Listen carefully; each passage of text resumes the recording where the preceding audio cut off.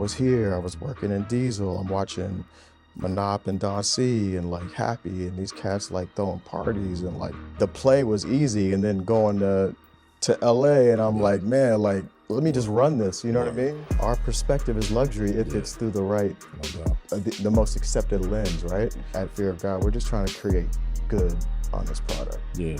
But like I wasn't the swaggiest, but I could look at someone like yourself that is swaggy and know what you need. Yeah. So without you doing you, I can't do me. That was my example of how to make it. You have to be unequivocally who God's called you to be.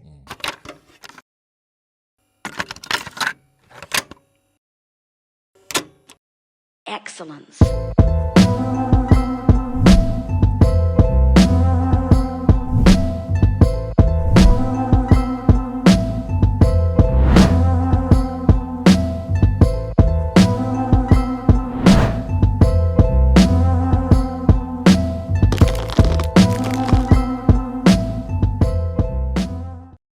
Yo, welcome back to Ghetto Runways Season 3.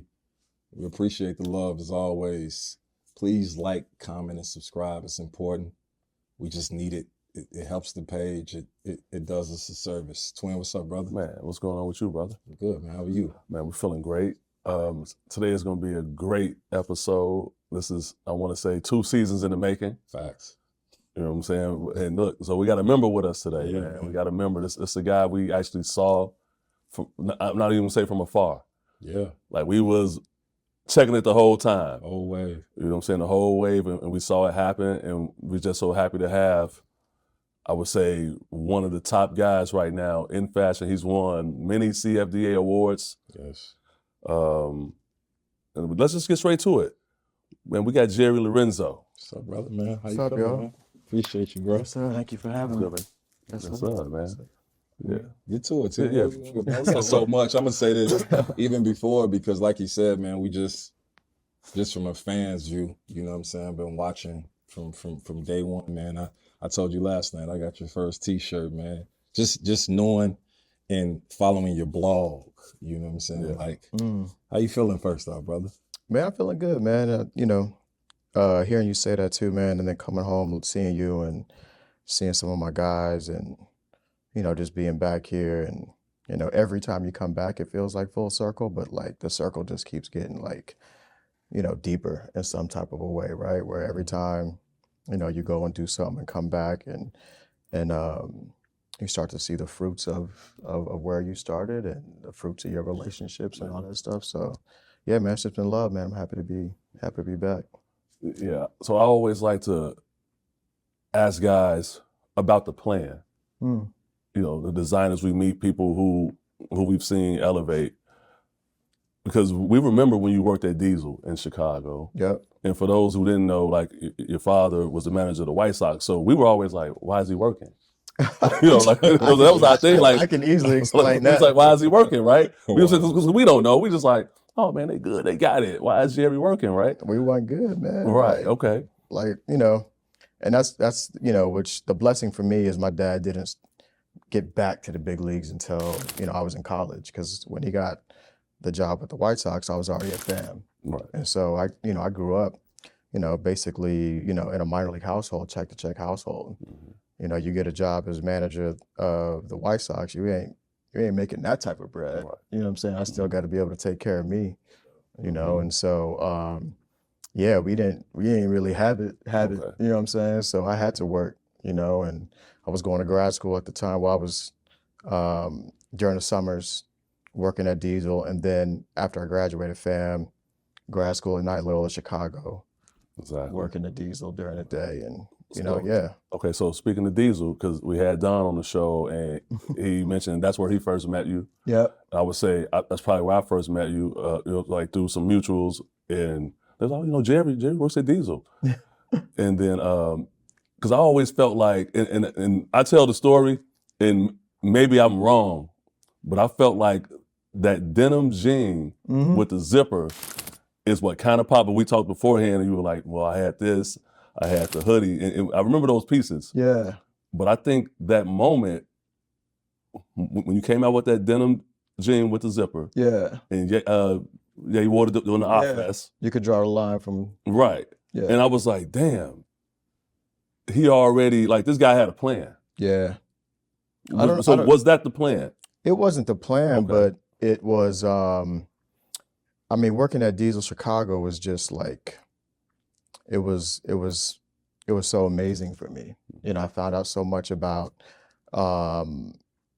my gifts within the space of fashion, right? And so, like, you know, I just was into clothes like a lot of people. And Diesel at the time was, you know, $300 jeans. It was unheard of, Yeah. right? And, you know, it was barely any brothers in there working there.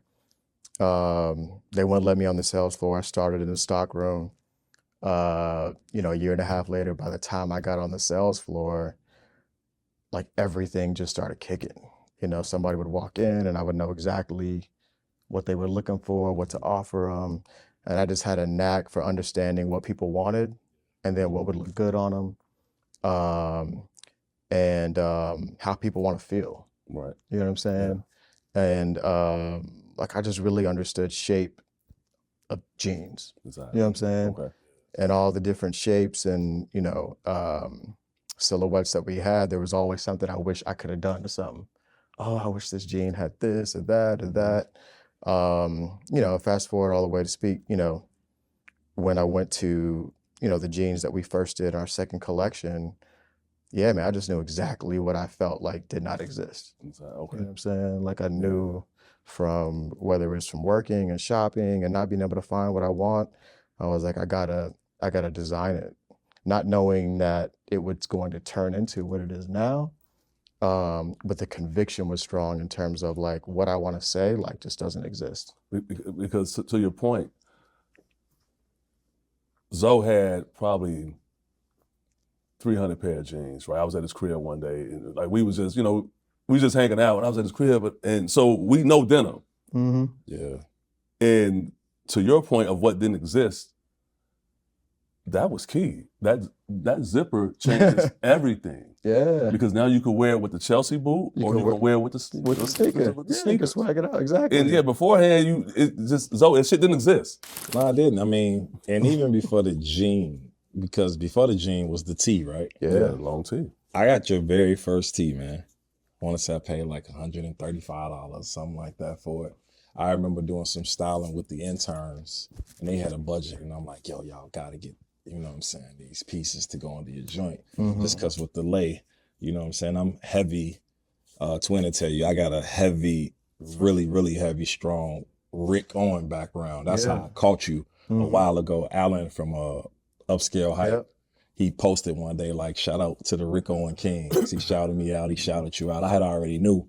You know what I'm saying? I tell people all the time, and I stand on this shit. The reason to me, your brand is so important and people rock with it because you show niggas how to do it. You know what I'm saying? You show cats like, nah, this is how you wear it. I see so many guys that mimic the style and it's super dope. It's comfortable. Like, explain that first tee though. What made you do that, man? Man, to the point, man, yeah, I was a Rick Owens fan, bro. And you know, like I do, like I loved Rick because I loved Allen Iverson.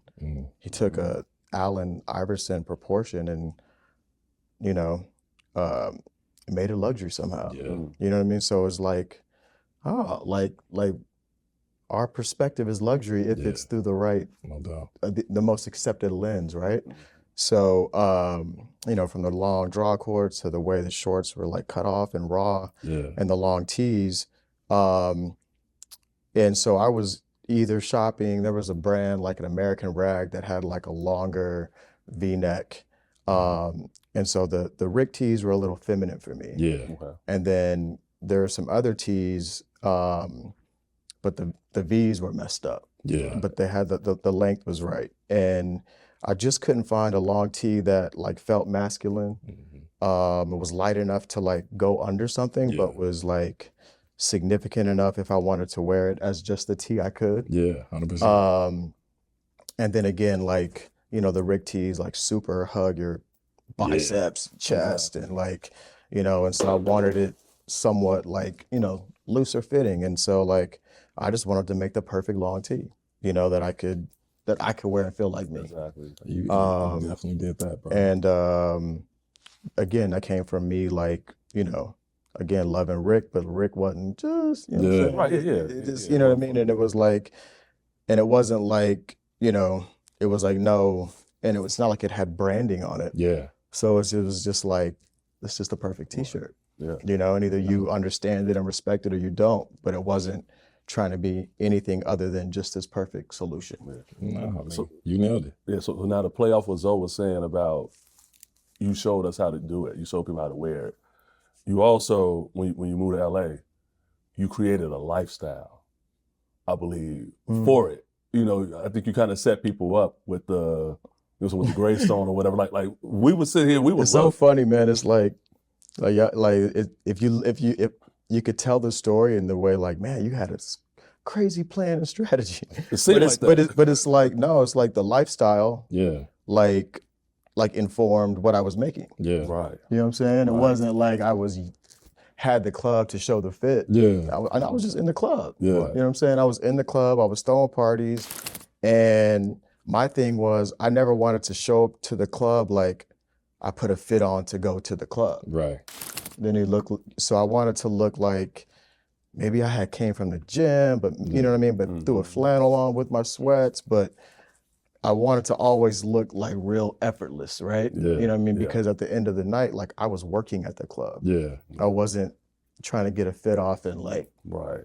so I had to have this like a little bit more effortless, cool approach to just my look. Yeah. And being able to do that through sweats was just perfect for me. Yeah.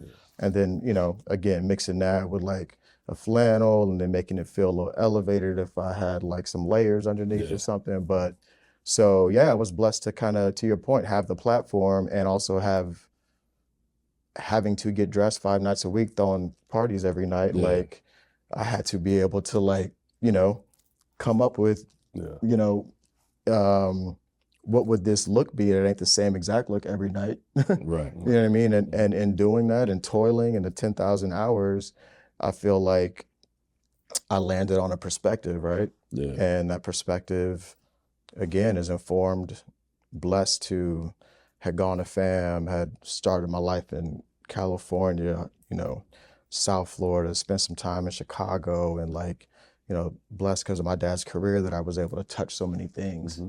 And through all these different journeys in my life, I was able to find myself, you know, and what is that thing that separates me, which is a little bit of all of these places. Yeah.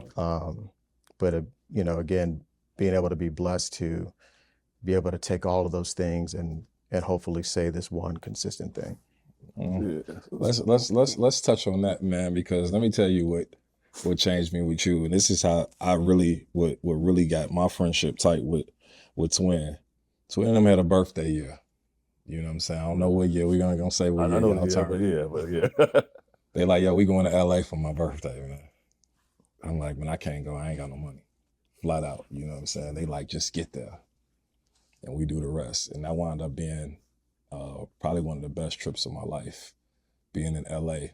And it was because of your events, man. Like, no. Because you actually came by the crib that trip. Yeah, you did. Don brought you by the crib. You came back. We had rented this big mansion in the hills.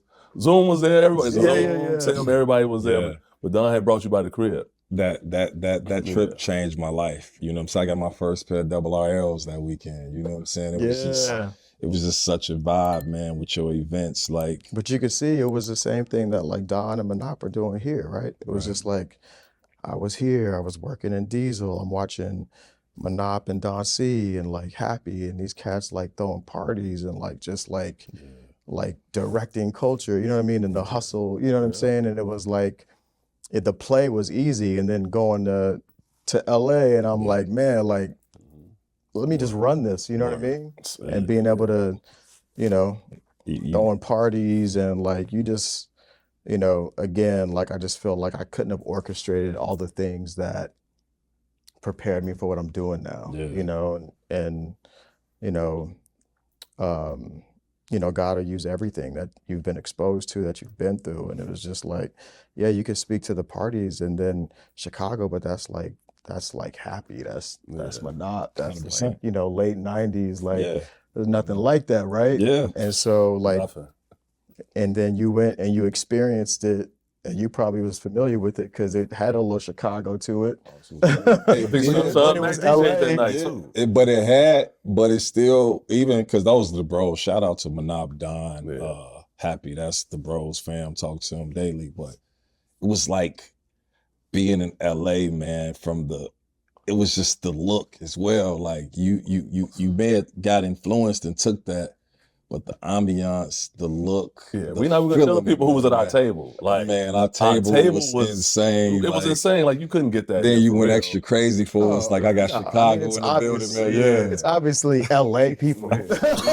You know what I'm saying? You know what I'm I think the saying? Lakers had just won the chip the day before. They 'Cause my did. birthday is on the 17th of June. Oh, Man, it's it And, was and they just- always play the championship is if they go to game 7, it's always Yeah. around my birthday. Oh yeah. What's even doper though is I couldn't wait till the following week to see the blog and the pics from the party on the blog, Exactly. because it's like, damn, we ain't cool enough to make the blog yet. But Yeah, it's like- but the yeah. whole just on the serious side, like Yeah. but it was so fly, man. Like it was just an experience, man. That's why again, Twin to this day, he was like, man, you don't need no money, just come on, we gonna figure it out. Yeah. And we all get down there and we all just putting the pot in, like everybody put up 500 That's what we're today, doing. and we got cars and trucks and tables. That was my favorite LA trip, man. But again, just to stay on what we saying, I kind of feel like you was curating, you know what I'm saying? Like, yeah. even though it wasn't intentionally, it was just like, it all was like, this is what Jerry is doing, man. That shit was fly, brother. Yeah, no, and just like the jeans, right? The party didn't exist. So it was me, my boy Hav, and we were like, yo, it's either like a hood party Yeah. or it's like a white techno Hollywood. And there wasn't this like, you know, party that was a little bit more around culture, like Yeah. around fashion, around, you know, similar interests, right? Like it was so segregated that it was just based on like ethnicities back No then. doubt. But this was more like a taste that people shared. Yeah. Yeah. So we had, you know, all types of girls, all types of dudes, but it was like the same vibe, Yeah. right? And so that party was missing. Yeah. And so, yeah, to your point, yeah, we curated that, man. And we like, Same. you know, how many times almost got shot at the door, like fighting to keep it Keep it That- how you that- want keep it right? what it is Right. inside. You know what I Yeah. mean? And like how dumb I may have been, but like, yeah, man, like I'm glad you said that, because like to curate that party, man, it wasn't easy, bro. I'm sure. You know? So Now, Jay, speaking of curating, again, you spoke to how you wanted to look. You wanted to relax. You love Iverson. Let's talk about the sweats. Those things went viral, man. I think that might have been like the most bootleg item, like one of the most bootleg items that I've seen. That skinny sweat with the elongated string. Like, you went crazy with those, man. Like, how did that come about? yeah, it was just how I kind of wanted to look. Like, and back then it was like, you know, now my sweats are, you know, now I understand fabric and a lot better than I did back then. So I can get it big, but it could still hold its shape because of the weight. Yeah. But back then it's like if my sweats needed to kind of speak to elegance and not like laziness, like you're on the couch, like they probably need to be a little slimmer. Yeah. Right. And so, and then we had the fabric was thicker, so they got a little stack on them, and they felt, you know, it didn't feel like you were wearing some sweats from the house. Yeah. And so that was really just about the shape back then. You know, what do I need to do to this sweatpants so that it feels? And back then I had the track pants too, so I was really on my skinny. You Yeah. know, we had the skinny track pants. I was on my super. Yeah. But yeah, it was like, you know, if I could come with like, you know, a little bit more of a hoodie that's like relaxed, and then, you know, with the rock star sweats, I think that might have been what was in my head, you know, but it's always been about like shape and like silhouette to me. No, we seen it again, and just so you know that you talking to somebody that really walked the line with you. Couldn't fit the tracks; they was too slim. Couldn't fit You know them. what I'm saying? Couldn't fit the jeans. Just telling you items I got. My favorite piece that I OD'd on is when you did like the Breakfast Club style flannels Yeah, with the man. zippers. I OD'd on Those those. is crazy. You know what I'm saying? Yeah. But the sweats was the first pair of pants. I had every color of your sweats. You know what I'm saying? $900 sweats. You know what I'm saying? Every Yeah. color. Yeah. Heavy, they stacked. I'm the same way, just to show the sneaker, it can flag and do whatever you want, man. Like, that was the shit that I was just like, man, bro is really curating and making shit that we see is missing is super limited, you know what I'm saying? It was just dope. And again, I say this all the time, and I'm gonna stand on this even when you're not around. Like, when you're showing guys how to wear it, you know what I'm saying? It just makes it easier, because I see a guy and look at him and be like, you don't even know where you got that from, but I know where you got that from. But Yeah. I just love how you stuck to your gun, man. Like, and I know we jumping all over because he went to the sweat, you know what I'm saying? But even for me to go back to the flannel, like I said, the long tee, like, talk to me with that, man, because I've seen numerous awards you received, and I'm just like, the illest shit about you to me is you will not change what you're doing, man. Like, did you get to a point where you was like, this is what I'm doing for life, and I'm sticking to it, man? That's all I knew, man. I mean, I watched my dad manage the White Sox, you know, and like, you know, we came here in '97, you know, he's a black coach that wasn't supposed to get a job. He's not a Hall of Fame guy. So, you know, for a black coach to get an opportunity that's not a Hall of Fame name, you know, it was a big deal. And I watched, you know, from the scrutiny to the praise, how he continued to, what he believed in is what he believed in, you know, and where his convictions came were unwavering, you know, and that was my example of how to make it. That was a firsthand, oh, this is how you make it. You have to be unequivocally who God's called you to be. And I never have once thought that, like, there's any other way to make it other than to just be me. I never, you know what I mean? Like, I may do some things that may seem as if they're like energy or like, you know, I hate the word hype, but like, but it's really coming from a real place, you know? And for me, yeah, like you can see, like my style has just evolved, but I'm saying the same thing. 100%. You know, like I'm still in sweats. Now it's cashmere and wool. It's different, but it's like, this is who I am, you know? And I don't, if I were to do something else for the sake of doing something else my heart of hearts, I don't even believe in that. So I can't do it. No You doubt. know? So yeah, you know, I wish I could say I just was so focused to say one thing, but that was the example I had. You know, was my dad was like, no, this is how we play, you know, and this is how I approach the game. And to be able to take that and to put it into everything I'm doing again, I'm just really, really blessed to have the parents that I had, the life that I've had, the experience that I'm able to understand how to put all of this through what I believe God's called me to do. So we spoke off camera about a couple of the collabs, and just about what you have on now, right? It's easy to see that it's still, I mean, it's luxury. It's luxury. And we know you did the thing with Xenia or whatever. But what I love is that you were still able to make it yours. Like you incorporated some of it into Fear of God, the main line, which gives us this, correct? I mean, yeah, but Xenia was really like me incorporating my language into their fabrics, into their perspective, right? It's like, you know, taking suiting and tailoring, especially from an old house in Italy. And it was, you know, it was important for me because, you know, the first place my dad went when he got the White Sox job was Michigan Avenue Xenia. It was to get a suit. Right. You know, so like what that meant to me, Right. you know what I mean, is like, yo, this is where you go get a suit. Yeah. You know what I mean?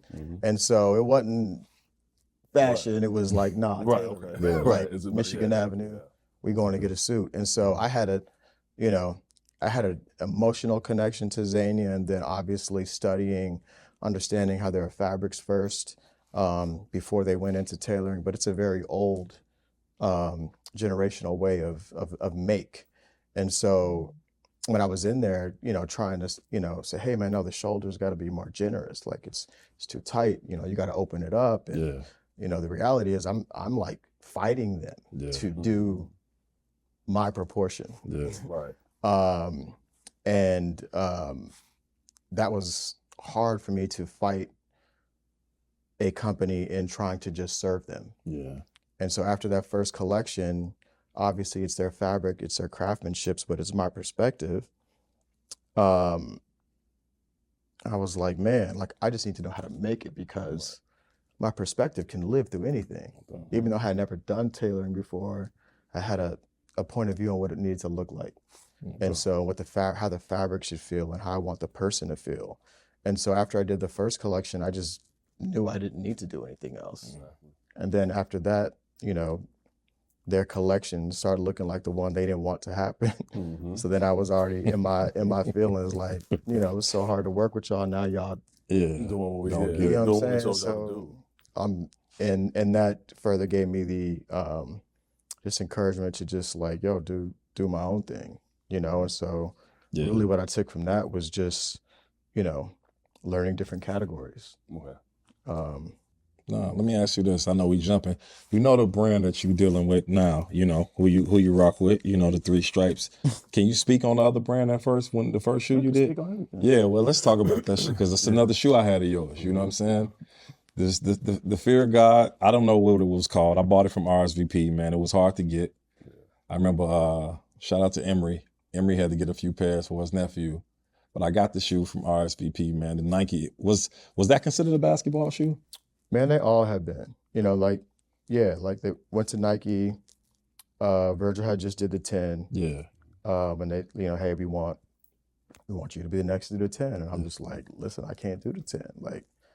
Like I didn't come from sneaker world. Like anything that's not a Jordan is not cool to me. Right. If it's not if it's not doing what it was intended to do, like I wanted a Jordan because I could hoop in it. Yeah. And I was just back then, this is like 18. I'm like, all of this is like a dying idea. This like retro, this lifestyle, like the reality is the authenticity is what makes it cool. Yeah. I was like, I got an idea for like a real basketball shoe that really performs. Man. But if it's not that, like I don't know what I would do here. And that's just me being honest, because I know, again, my perspective is shape. My perspective is how I want that shoe to look with my sweats. It's like, and I can't even wear the Jordans now because the toe box is crazy. It's like this, I have to make something new. 100%. You know what I mean? Because I couldn't even wear what was existing. And so, yes, it was intended to be a basketball shoe. Did it perform? Probably not. And we could fast forward quickly everything through Adidas. And then that whole relationship is like, I've consistently been fighting to say like the world wants honesty, right? 100%. And like from someone that comes from fashion or something outside of sport, if I'm playing in here, I want to play in the essence of what this is, which is sport. Right. And so it's been a long road in terms of trying to get my shape and my codes into a performance product that does what it's intended to do, perform. Yeah. And so, you know, you get the first shoe with Adidas that's, you know, a little heavy, although I was told it was lighter, but that's hearsay. The second shoe, which is, you know, starts to get a little bit lighter. You got Gabe Vincent, and I got an OTE team that plays in it consistently. And now finally, you know, next year we could talk about that as we have the Fear of God 3. That's what I'm wearing now, which is, you know, lighter than like the Kobe, and like it hits all of the performance standards, and it does what it was intended to do, right? And like for me, everything I do is just based on that like Genesis verse in the Bible, like, you know, God made the earth and he said it was good. Simply the earth was doing what he intended it to do, right? And at Fear of God, we're just trying to create good, honest product. Yeah. You know? And so all that to say like, yeah, that shoe is supposed to be able to hoop in it. And now when you say honest product, it sort of makes the things you're doing with the NBA, with the MLB, like those things just make sense. Yeah. You know what I'm saying? Those partnerships, and we see now you have on the it's the Bulls Essentials. Right, the Bulls Essentials. Before we get into that, I had a question that I'm sure people watching are going to want to know. The importance of like a beeline or a line that goes straight to Pac Sun. So how does that help a brand?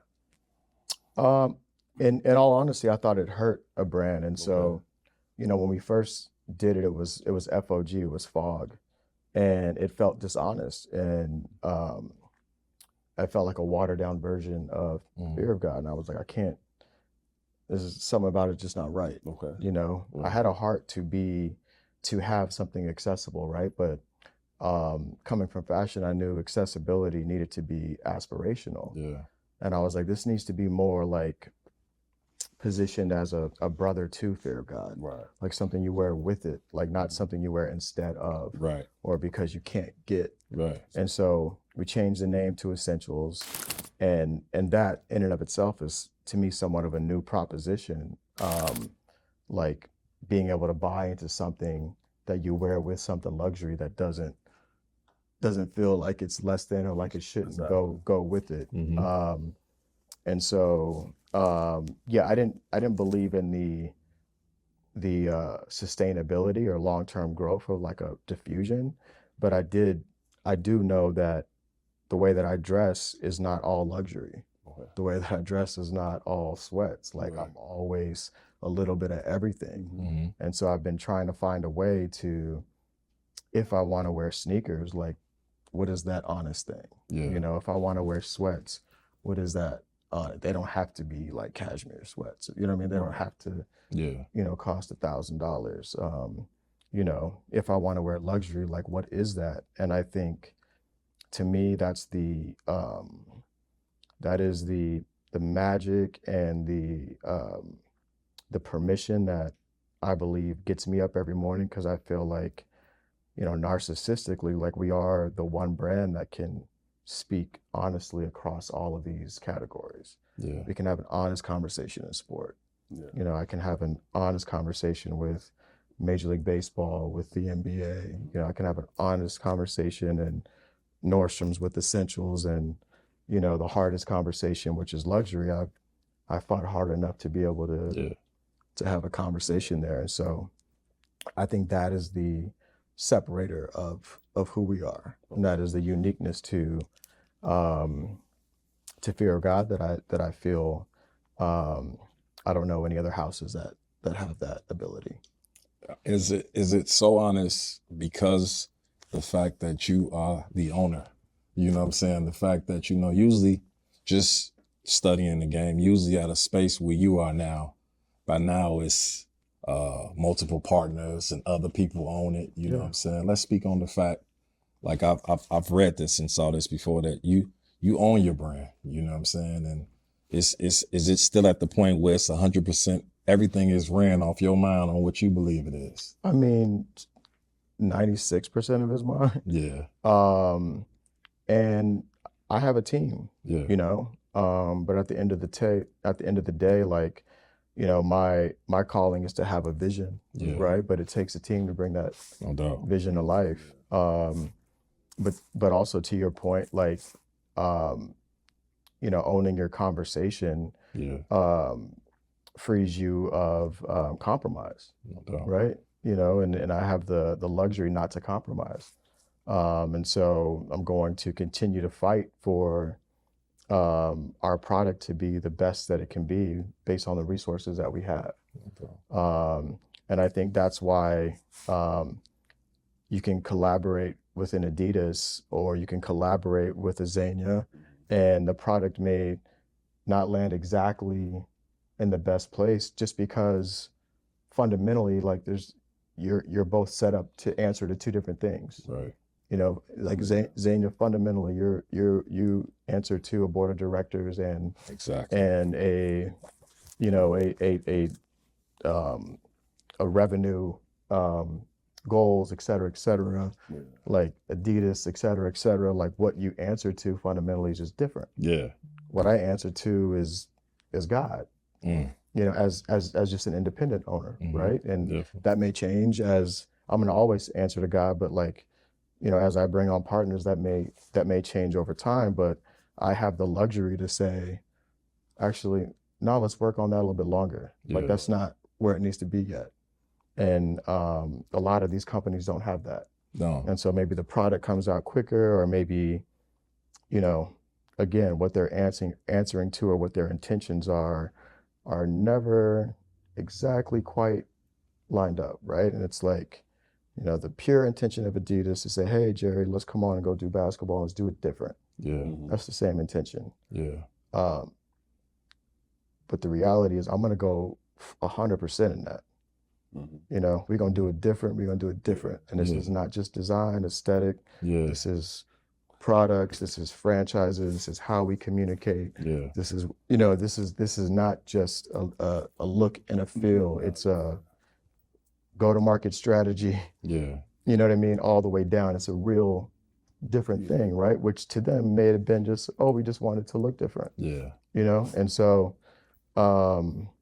yeah, I think it's funny, like you said, you'll see a creative and a collaborator and things not working, and everybody always wants to find like the negative juice, and it's just like, come on, man, like the only person or people we're supposed to stay connected to for a lifetime is like our life partners, our wives, you know what I mean?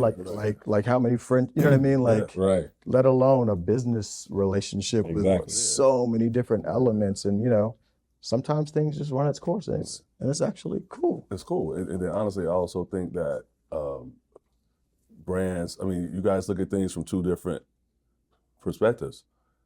Of course, the goal is to make money for them, but being creative for you, and I think for most artists, is the most important.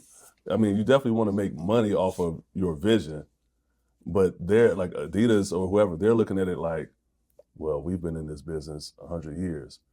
We know how it's supposed to look. Yeah, right? 1000%.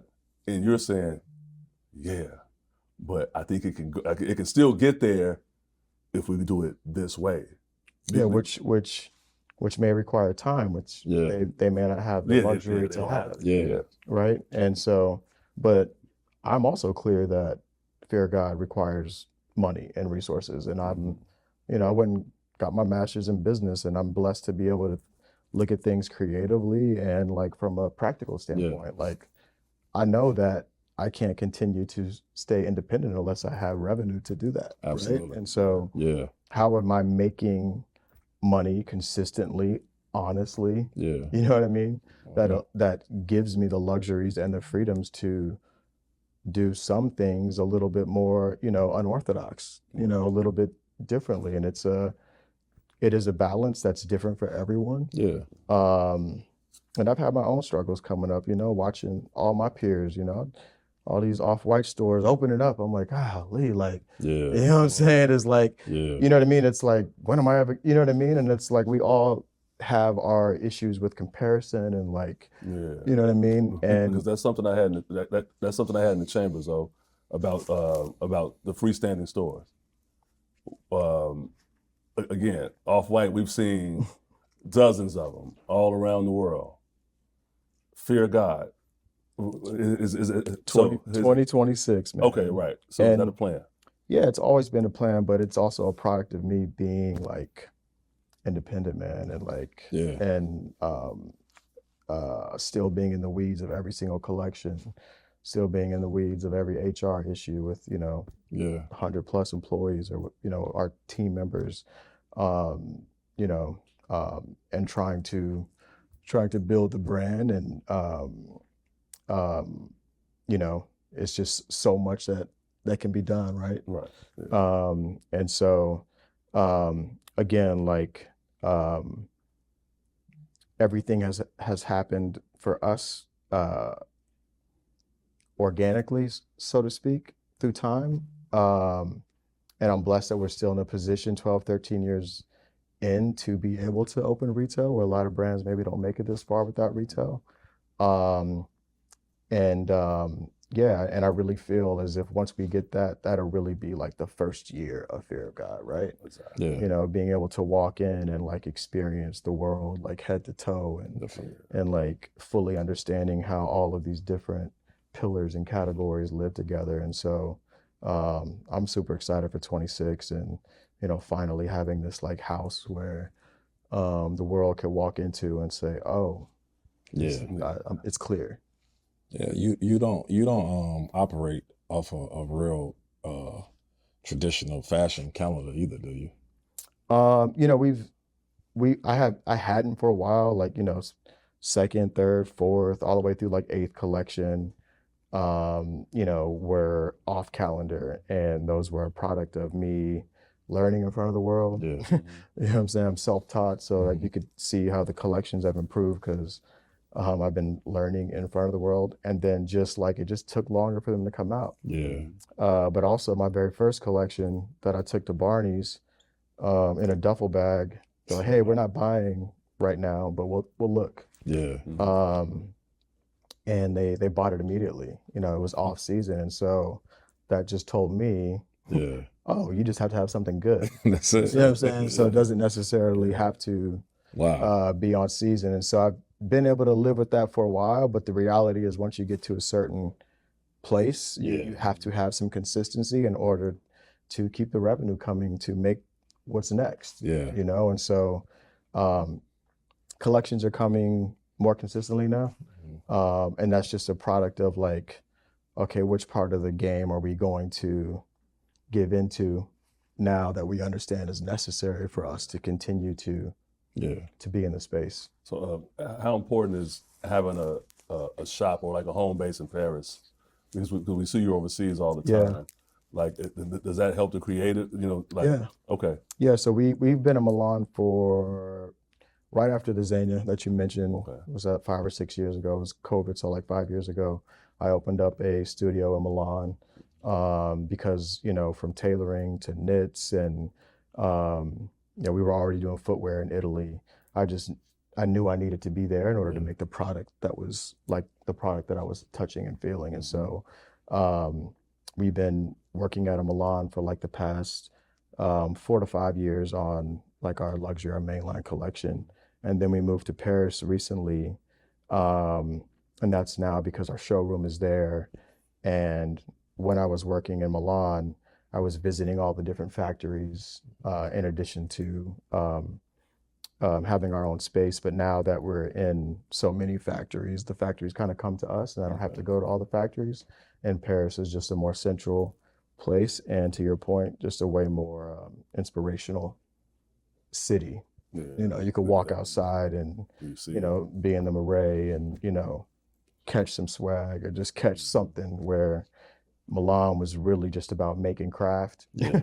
You know, like there was not any type of cultural nothing. Yeah. inspiration, but the making craft was inspiring at the time. But now I'm looking for a little bit more when I get outside. I would love to know too, like we wasn't privy to the last show you did. The shit looked epic, man. Like, you plan to do something like that again, man? Like, I know it's a lot that goes into that, Yeah. but it was amazing just from our seats at home. We saw. I can imagine the energy. Like, Yeah, man. You know, I look back and I still can't believe we were able to pull that off with the small team we had. Um, but yeah, man, I mean, again, like we all know, like, you know, Virgil fought to, you know, do what was necessary in Paris to say we speak luxury, right?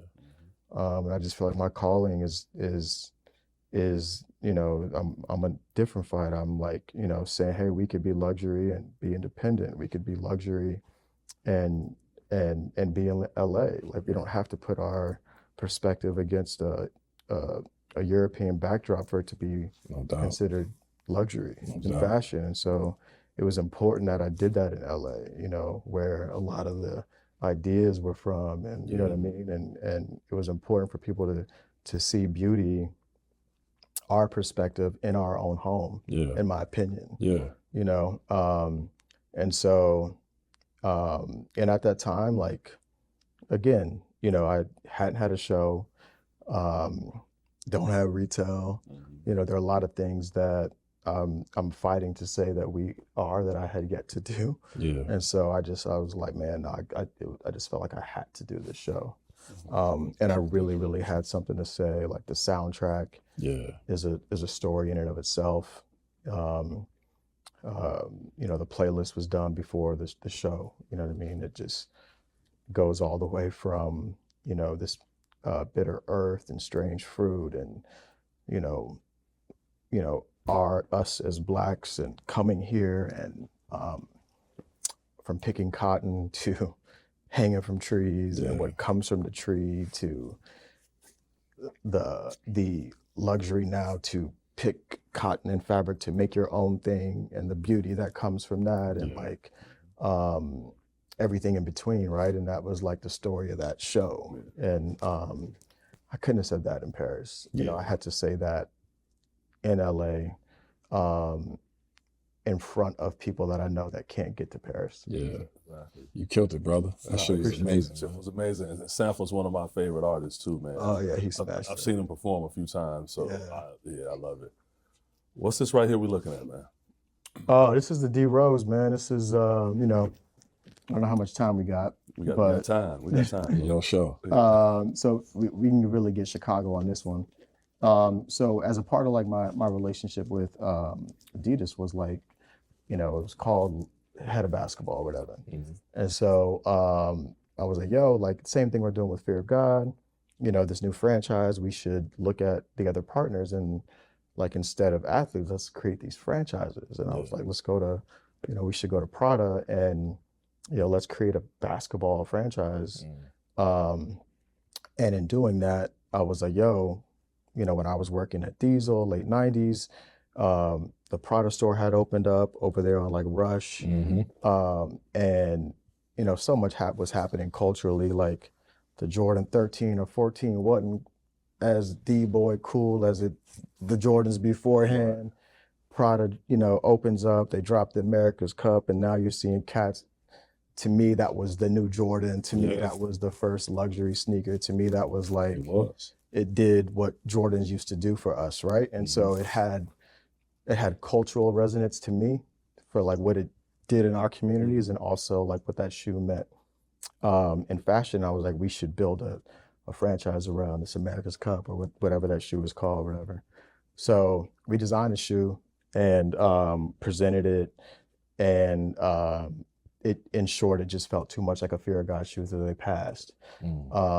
That was happening at the time that the first basketball shoe we created, it wasn't moving for whatever reasons, right? And I had my reasons, they have theirs, but the reality was it was, you know, it was a little bit heavy.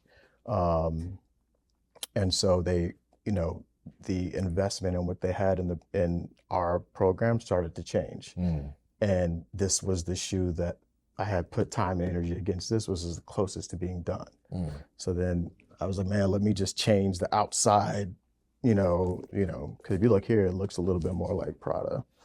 And then here you can see how we flipped it. Yeah, I was gonna say it still looks luxury to me. It's fire. So then, you know, we flipped the outside because the shoe was complete. And then this became the two. And then I was like, and because they were like, kind of like, hey, maybe this isn't working. I was like, well, I'll make this the two and just let's guarantee a three, that we were able to work on a three, and then we can, you know, we could figure out what's best for both. And so I wanted to tell a little bit of a deeper story because in doing it for D Rose, and starting to pop these parts and bring out this metallic part, you could really feel that like product part of it. But the reality is the roots of it is Chicago. The roots of that shoe is like D-boy, Chicago, fresh. And so it feels just as like Chicago as it does basketball, and to be able to do it with D Rose, you know, again, it just felt honest. It felt honest to the city. And when I hit Derrick about it, you know, 2 years ago, like he was just like immediately down. He's like, bro, come on, let's go. So it was actually me and Derrick, and then me and Derrick went to Adidas, was like, yo, we want to do this. But I've been a fan of Derrick, you know, and just I want to give him his roses, his flowers. Absolutely. You know, I think he means so much to the city because, you know, I was here 97, Jordan wins the last title, my first year here with my family. And everyone in Chicago basketball was like, "What? No one's gonna come after that. Like, what's gonna happen after that?" And then you have somebody like Derrick that says, "Yo, I could just be me. You don't have to be that, and still move the city." And so, I think it was he's such a like a inspirational figure that says, "Hey, you don't have to be Mike. You could just be the best version of who God called you to be." And that's enough.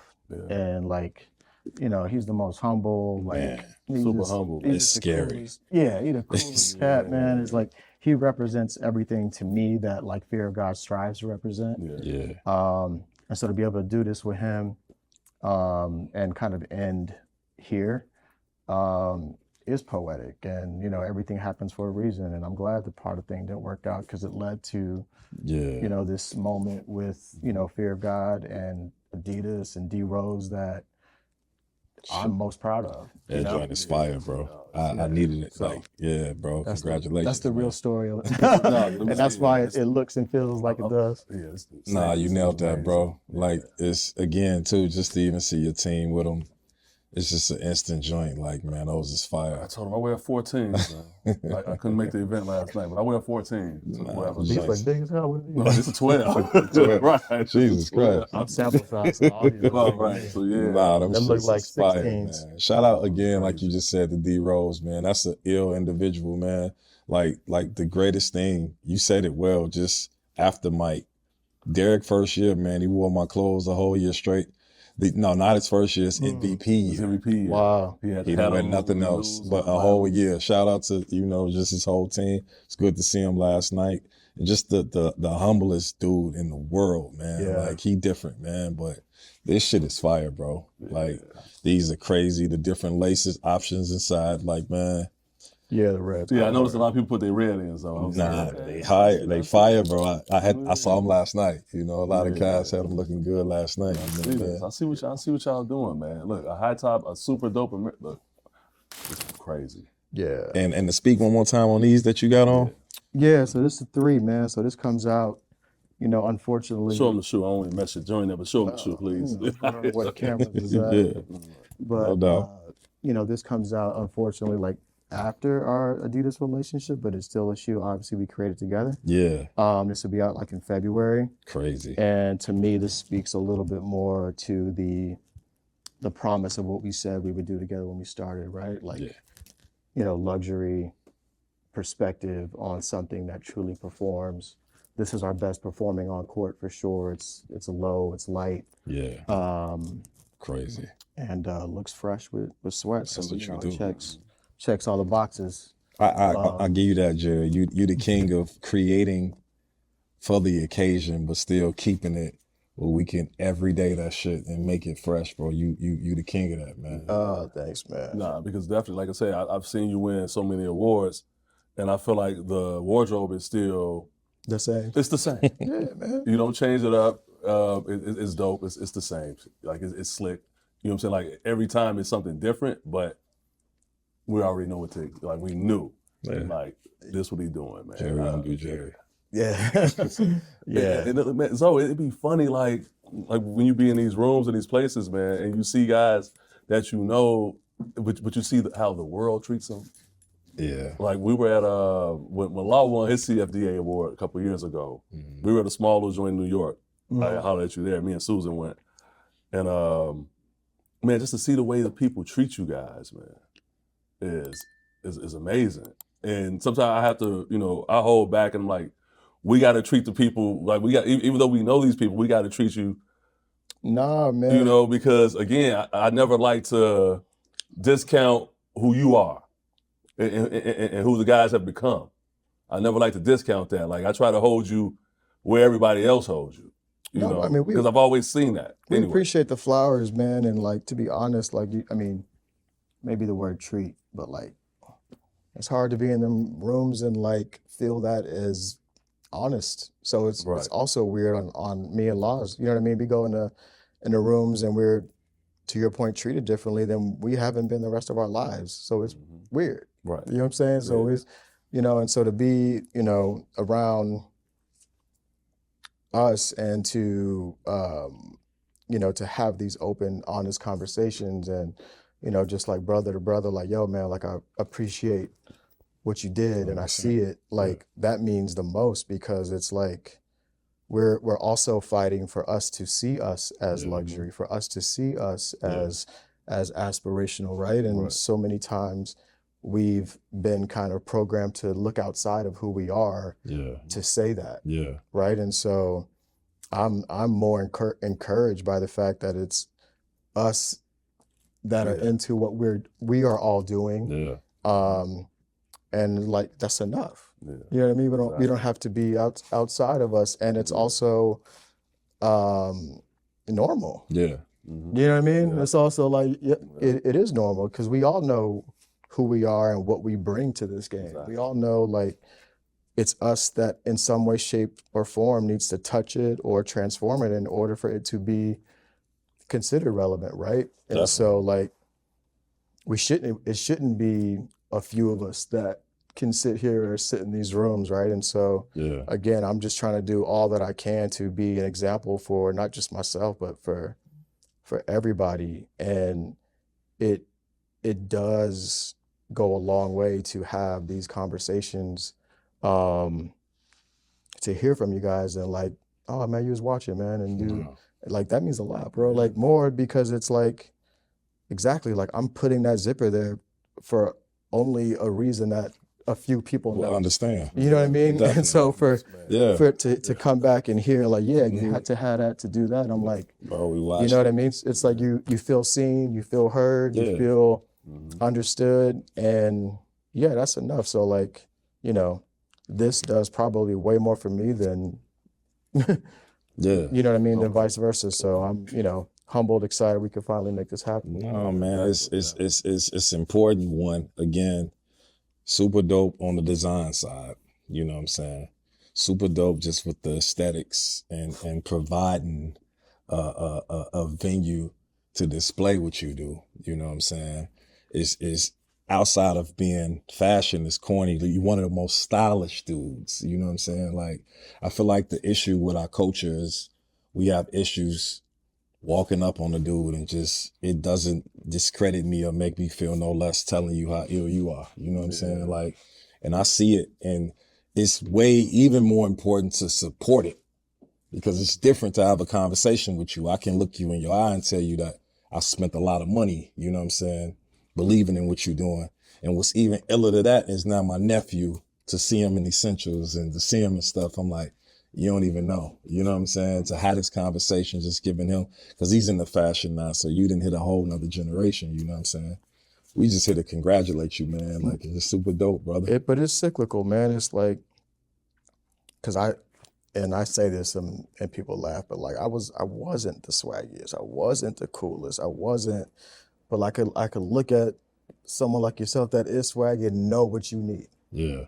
So without me seeing like the swag and understanding, you know what I'm saying? So without you doing you, I can't do me. No doubt. You know what I mean? And it's like, it is a cycle, and it's like, and yeah, I appreciate that on the style. It takes me a lot of work to do this. You know what I'm saying? I'm not somebody like a 3 Stacks that has never put on a bad outfit and is always cool. Right. You know what I mean? Right. I don't know that I have that gift, but it's like, man, I study the fresh dudes. You know what I mean? But it's And I know what the fresh dudes want. I Yeah. know how they want to feel. Yeah. You know what I mean? And it's just like seeing D Rose last night with the leather and leather. Come and on, the, man. Killed like, this shit. Oh, no, he yesterday. come on, man. Nah, he killed it. Like he had a whole, yeah. And it's just like, I know what he wants. You know what I'm saying? Like, I'm studying, dude. You know what I mean? I know what's gonna look right. And so, yeah, man, it goes both ways. And I think, you know, just as Black men,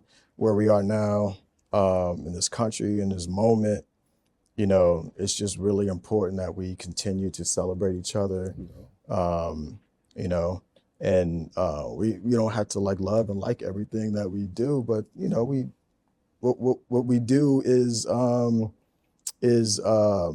worthy. You know what I mean? It's worthy, it's valuable,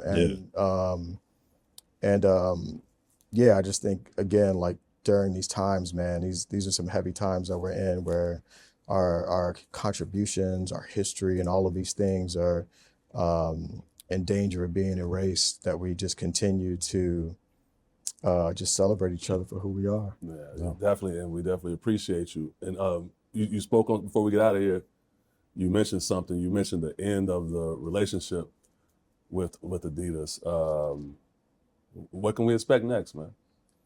Man, you know, so we obviously, like when something ends, you know, I've known for like beginning of the year, right? Like I kind of knew it was going to end. And to be honest, man, I've just been focusing on like essentials and mainline, and we dropped women's, earlier this year in Paris, and like now I'm wondering how I even have the bandwidth and the capacity to pour all that. I haven't even really been thinking of I guess sneakers in a way that I did, when I started. And that was why we did, the relationship with MLB, the relationship with the NFL, the relationship with the NBA is because, we're always going to have a conversation in sport. And that doesn't have to come through a Nike or come through an Adidas or come through somebody else. You know what I mean? And so right now I'm enjoying a conversation in sport through essentials. No And, doubt. and I'm going to be just a little bit more patient in terms of like whether I build the own resources internally to, make something that performs, or, really just make sure the next relationship is what it needs to be. But I'm not pressed, man. Definitely. I'm busy. You ain't pressed, but the world pressed for you. They gonna see this and they gonna hit you, man. So I want to say congratulations, man. We appreciate you. Like I told you last night, man, you've been on the mood board to come here since episode one. Like we need Jerry, man. We knew it happened. We appreciate you taking time for this, man. Whatever you got going on, we definitely gonna push it through this channel because everything's authentic. This is what we do, man. It's all the right people here, man. You know what I'm saying? Love, we appreciate you being alumni now, man, and fucking with us, man. Of course. And thank you. I think we should end it off like that, man. Cool. Appreciate you, boy. Yeah. Love. Real, baby. Peace, bro. Appreciate it.